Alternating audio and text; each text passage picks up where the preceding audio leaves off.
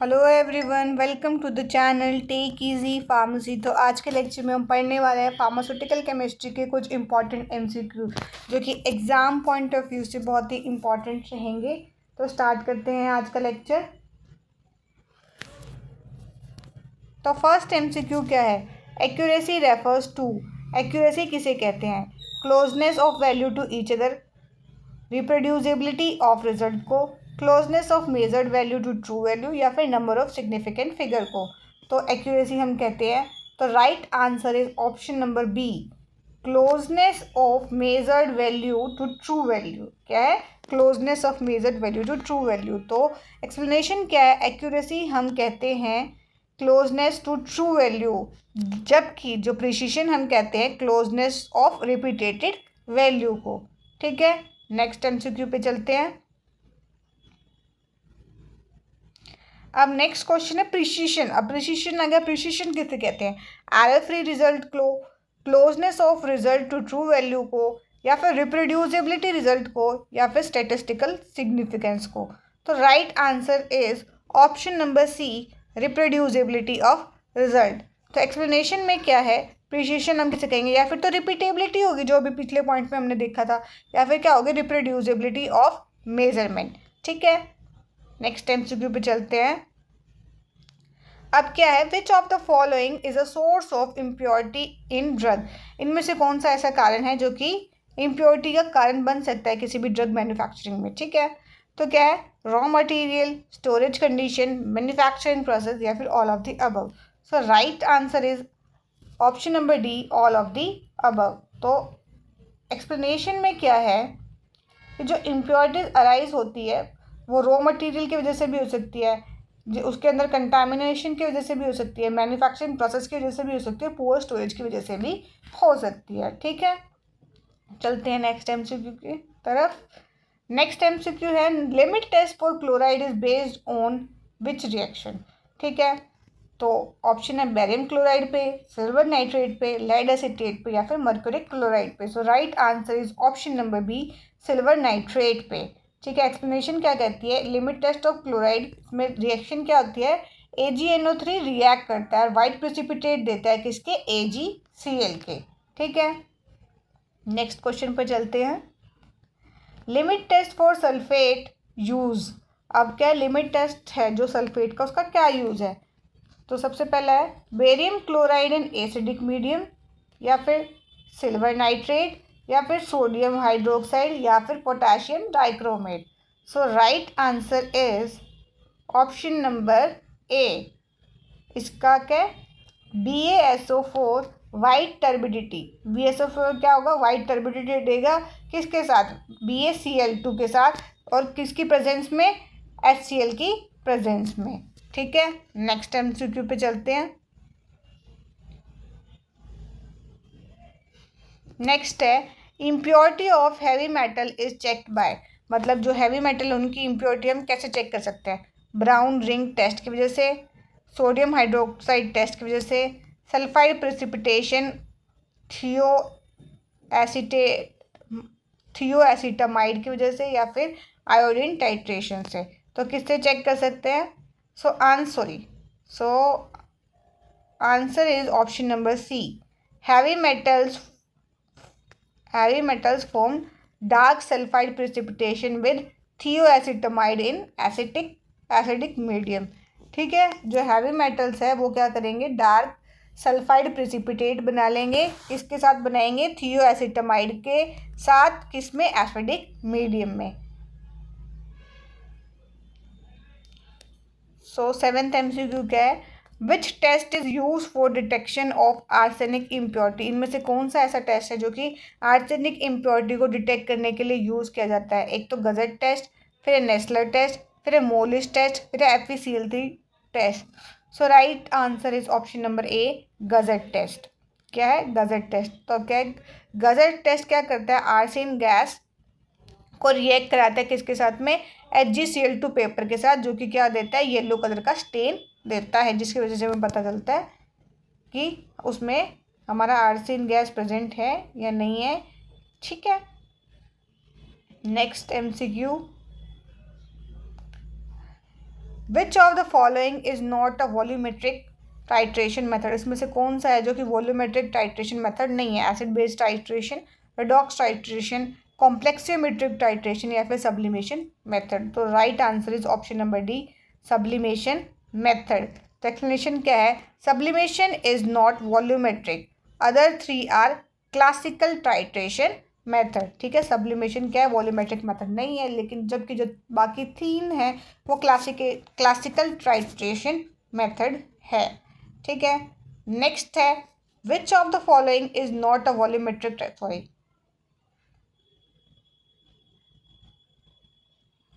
So next है EDTA is used in. EDTA हम किस में यूज़ करते हैं? EDTA की फुल फॉर्म भी कई बार आ जाती है, वो भी आप याद रखें। इसकी फुल फॉर्म होती है इथाइलिन डायमाइन टार्ट्रिक एसिड। ठीक है, तो option number A redox titration, B complexometric titration, फिर है C non aqueous titration and D gravimetric analysis. So right option is option number B, complexometric titration.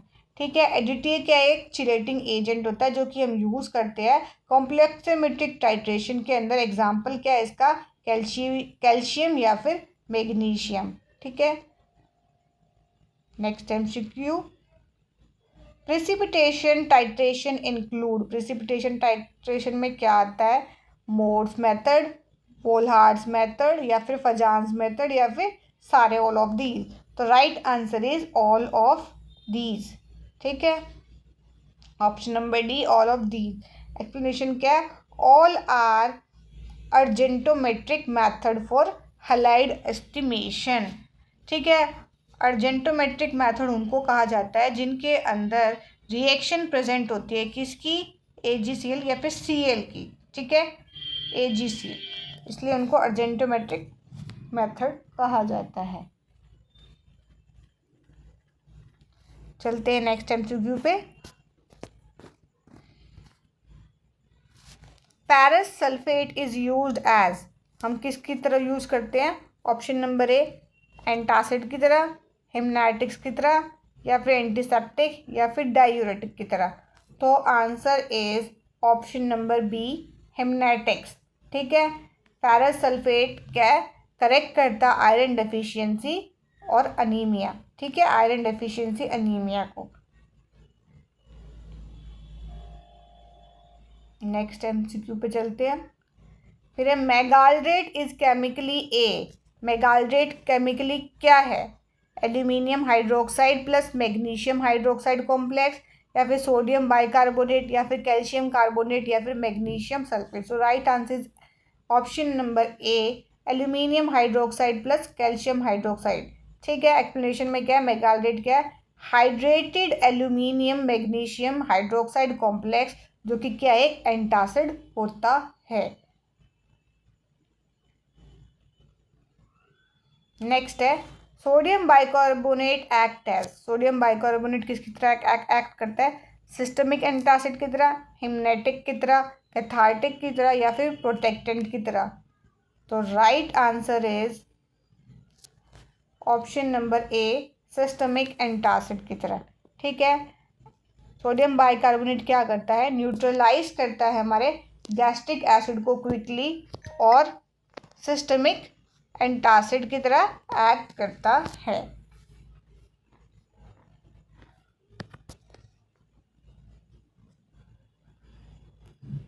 So next MCQ, silver nitrate is used as. Silver nitrate को हम किसकी तरह use करते हैं? Cathartic की तरह, एंटीसेप्टिक की तरह, हिमनेटिक की तरह या फिर एड्जॉर्बेंट की तरह। तो right answer is option number B, antiseptic. ठीक है, एक्सप्लेनेशन में क्या है? AgNO3 सॉल्यूशन क्या है? एक स्ट्रॉन्ग एंटीसेप्टिक सॉल्यूशन एक्शन देता है। चलते हैं नेक्स्ट MCQ की तरफ।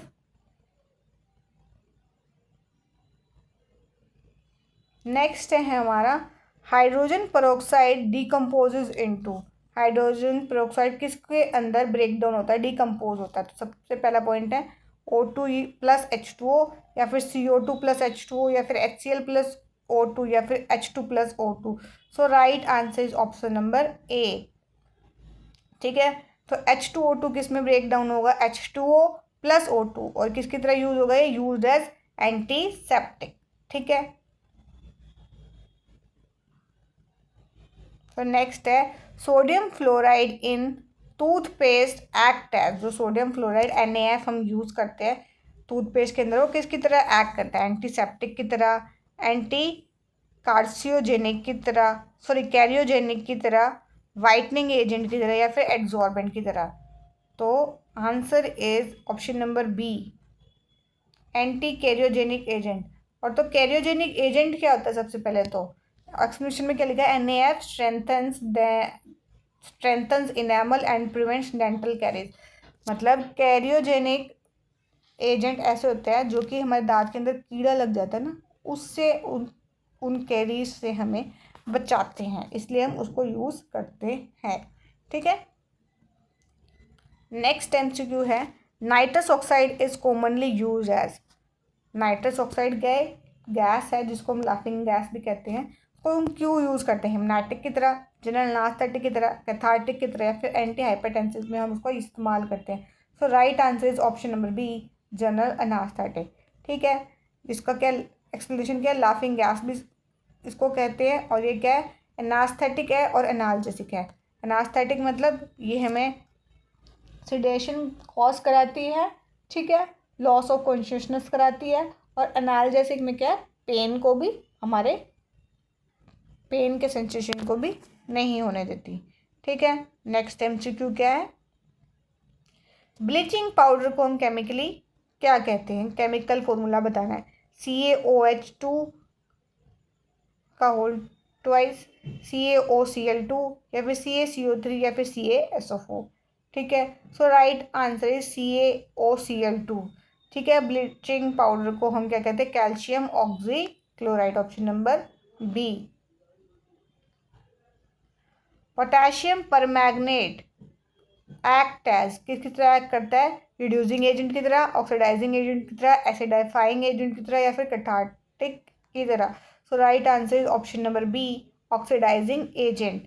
ठीक है, KMnO4 is strong oxidising agent होता है, और जिसको हम यूज़ करते हैं डिसइंफेक्टेंट की तरह। ठीक है, नेक्स्ट MCQ पे चलते हैं, carbonyl iron is preferred as haematinic because, carbonyl iron है उसको हम हिमनैटिक की तरह यूज़ करते हैं, लेकिन क्यों, रीज़न क्या है, लेस सोल्यूबल होता है, high stability and less GI irritation होती है, या फिर इजीली ऑक्सीडाइज होता है इसलिए, या फिर एक्सपेंसिव होता है। So option B is correct, high stability and less GI irritation. तो क्या है, कार्बोनिल आयरन जो होता है वो प्योर होता है एलिमेंटल आयरन से, और लेस इरिटेशन कराता है, और हाई बायोअवेलेबिलिटी होती है इसकी। ठीक है, नेक्स्ट है thiopental sodium is a, thiopental sodium क्या है, IV जनरल एनास्थेटिक है बारबिटूरेट, या फिर लोकल एनास्थेटिक है, या फिर नसेड है, या फिर एंटीसाइकोटिक है।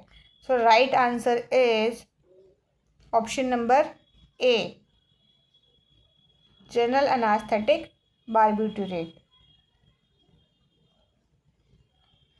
देखिए इसमें आता है अल्ट्रा शॉर्ट एक्टिंग बारबिटूरेट में आता है, इसको हम IV इंट्रावीनस देते हैं एनेस्थीसिया। ठीक है,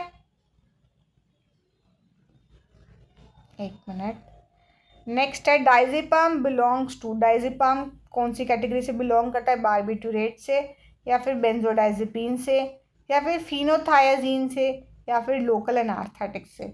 so right answer is option number B, benzodiazepine. Diazepam क्या है, एक बेंजोडाइजिपीन है जो कि एंशियोलाइटिक एजेंट भी होता है, और सेडेटिव प्लस हिप्नोटिक भी होता है। सेडेटिव कौन से एजेंट होते हैं, सेडेटिव क्या है, ये ऐसे एजेंट होते हैं जो कि सब कम अमाउंट में प्रेजेंट होते हैं। ठीक है, जो कि ये सेडेशन कोज कराएंगे, अनकॉन्शियसनेस कराएंगे। ठीक है, और ये क्या है, नेचुरल स्लीप को इंड्यूस नहीं कराते हैं, जबकि जो हिप्नोटिक्स होते हैं उनका डोज ना सेडेटिव के बजाय उनका डोज ज़्यादा होता है, और ये क्या करेंगे, नेचुरल स्लीप को इंड्यूस कराते हैं। ठीक है, ये डिफरेंस होता है सेडेटिव और हिप्नोटिक के अंदर। नेक्स्ट है हमारा haloperidol is classified as, haloperidol किस में आती है, एंटी डिप्रेसेंट में या फिर टिपिकल एंटीसाइकोटिक में या फिर बेंजोडाइजेपिन में या फिर बारबिटूरेट में। तो right answer is option number B, किस में आती है, एंटीसाइकोटिक ड्रग में, टिपिकल एंटीसाइकोटिक ड्रग में यूज़ की जाती है साइजोफ्रेनिया में। ठीक है, नेक्स्ट है valproic acid is mainly use for, किस में यूज़ करते हैं, एंजाइटी में, एपिलेप्सी में, डिप्रेशन में या फिर साइकोसिस में। Right answer option number B, epilepsy. ठीक है, वाल्प्रोइक एसिड क्या, broad spectrum anti convulsant drug है जो कि हम एपिलेप्सी में यूज़ करते हैं। ठीक है, आज की क्लास का लास्ट एमसीक्यू है, फ्लूकोजेंथिन इज फ्लूकोजेंथिन क्या होता है, ट्राईसाइक्लिक एंटी डिप्रेसेंट होता है या फिर SSRI जिसकी फुल फॉर्म होती है सेरोटोनिन रीअपटेक इनहिबिटर। ठीक है, ये MAOI होता है, मोनो अमीनो ऑक्सीडेज इनहिबिटर और बेंजोडाइजेपिन। तो किस में आती है ये, राइट आंसर इज SSRI।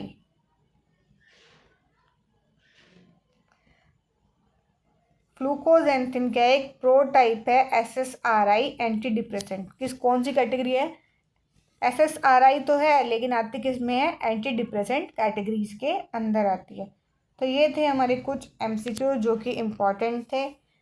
अब नेक्स्ट MCQs हम कवर करेंगे नेक्स्ट क्लास में। आई होप आपको आज का लेक्चर अच्छा लगा होगा, समझ आया होगा। अगर आपकी कोई क्वेरीज है तो कमेंट सेक्शन में ज़रूर से कमेंट कीजिएगा। एंड वीडियो अच्छी लगी तो please like share and subscribe ज़रूर से कीजिएगा और बेल आइकन को ज़रूर से प्रेस कीजिएगा ताकि आपको हमारी वीडियोस की नोटिफिकेशन टाइम टू टाइम मिलती रहे। And thanks for watching.